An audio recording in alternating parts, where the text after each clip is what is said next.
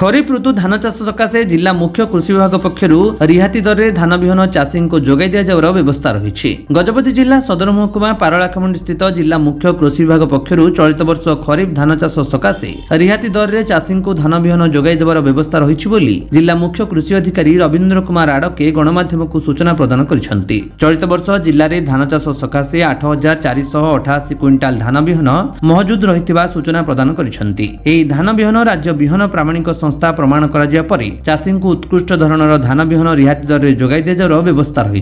जिले में धान विहन दीर्घम्यादी पूजा MTU 1061, MTU 1064, RGL 2537, सारला MTU 1262 रही। सेबड़ी मध्यम धरणर किसम स्वर्ण समृद्धि प्रतीक्षा MTU 7029, MTU 1224, MTU 1075 सहल किसम धान विहन है बीणा 11, बीणा 17, स्वर्ण शक्ति प्रभृति किसम धान विहन रही। चाषी कृषि विभाग पक्षर धान विहन रिहाती दर में आने कृषक परिचय पत्र आवश्यकता सहित लिंक होता मोबाइल नंबर आवश्यक। जड़े चाषी को 4 हेक्टर पर्यंत धान विहन रिहाती दर में जोगाई देवार व्यवस्था रही। डीबीटी माध्यम चाषी रिहाती पैसा पाइपर। यह धान विहन समवाय समिति डीलर जरिया क्रय कर व्यवस्था रही। जिला मुख्य कृषि अधिकारी गजपति ऋतु एवं आरंभ है साधारणतः खरीफ ऋतु तापर आमर अक्षय तृतीया परे बिहन सब हुए। ए वर्ष आमर क्विंटाल बिहन बिक्री प्रोग्राम रही।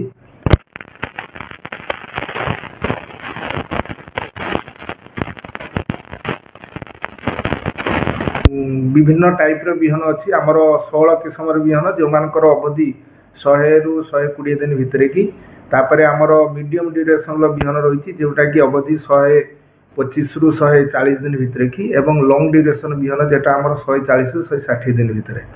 तो ये 3 प्रकार बिहन आम पाखे विभिन्न भेराइटर बिहन रही।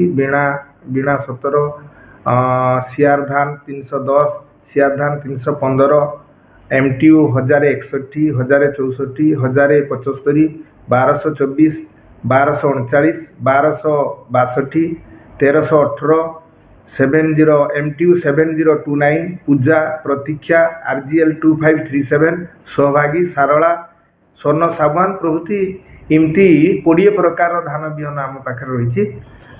तो ए वर्ष गवर्नमेंट जो बिहन आसी 2 प्रकार रेट आसी जो गुड़िक आमर 10 वर्ष भितर रिलीज होती तार गोटे मूल्य रही एवं जो गुड़िक ओल्ड बिहन बा 10 वर्ष आपुर जो भेराइटी सब रिलीज होती तार गोटे अलग बिहन सरकार रखिंट। तो आमर 10 वर्ष भितर जो बिहन रिलीज होती तार मूल्य रही क्विंटाल पिछा 4125 टंका आउ से गवर्नमेंट क्विंटाल को दौरान 825 टंका रिहती। आउ आमर जोटा आमर सर्ट ड्यूरेशन बिहन ये आउ गोटे जोटा आमर 10 वर्ष उपरे बिहनर मूल्य रही 4125 टंका किंतु गवर्नमेंट क्विंटाल पिछा दौरान 725 टंका सब्सिडी।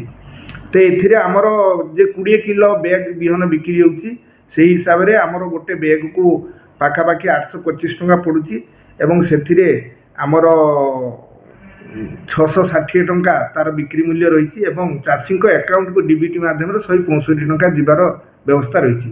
सेमती आमर जो बिहन गुड़िक 10 वर्ष उपरे तार सब्सिडी कम रही 725 टंका क्विंटाल प्रति से बिहनर बैग पिछा मूल्य 680 टंका रोची एवं से बैग पिछा रिहाती मूल्य रोची 145 टंका। ए वर्ष संपूर्ण भाव में डीबीटी मोड्रे की बिहन बिक्री हम चाषी आमर बिहन बिक्री केन्द्र में फुल रेट देकरी बिहन किणवे एवं तांकर अकाउंट को ये सब्सिडी पैसा जीव। जड़े चाषी मैक्सिमम जिते बैग चाहिए नहीं पारे किंतु तांको मैक्सिमम 4 हेक्टर पाई सीड रे कि तांको रिहाती मिल जिले जिले हाँ आम समुदाय जिले में 138 जन डीलर अच्छा 138 जन डीलर भितर आमर PACS lamps 48 T PACS lamp रे आमर से आमर सर्टिफिकेट रेजिस्ट्रेशन पाखे रही बिहन बिक्री अनुमति रही। ता बाद आमर 90 जन प्राइवेट डीलर रही एमाने समस्ते आमर OICC रु बिहन किणी चाषी को जगै था। जिले में चाषी बिहन इठो सरकारी रियायत पाइले मध्य आंध्रार बिहन किणा इच्छा प्रकाश करते कौन कर नहीं एक्चुअली आमर जो बिहन दिखाई सर्टिफाइड बिहन आम बिहन भी भल किंतु चाषी मेनली पसंद कर हाइब्रिड बिहन आउ अधिक अमलक्षम बिहन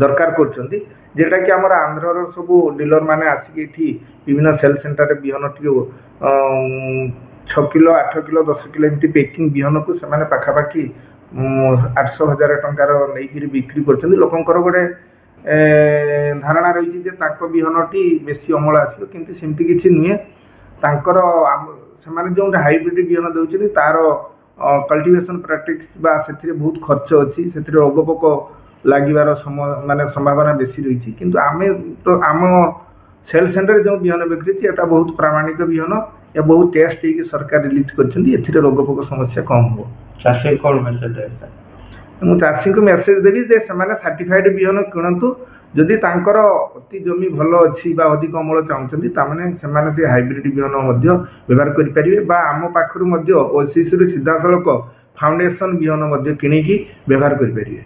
गजपतिରୁ ରେଣୁବାଳା ବେହେରାଙ୍କ रिपोर्ट विश्व विजयी न्यूज ओडिशा।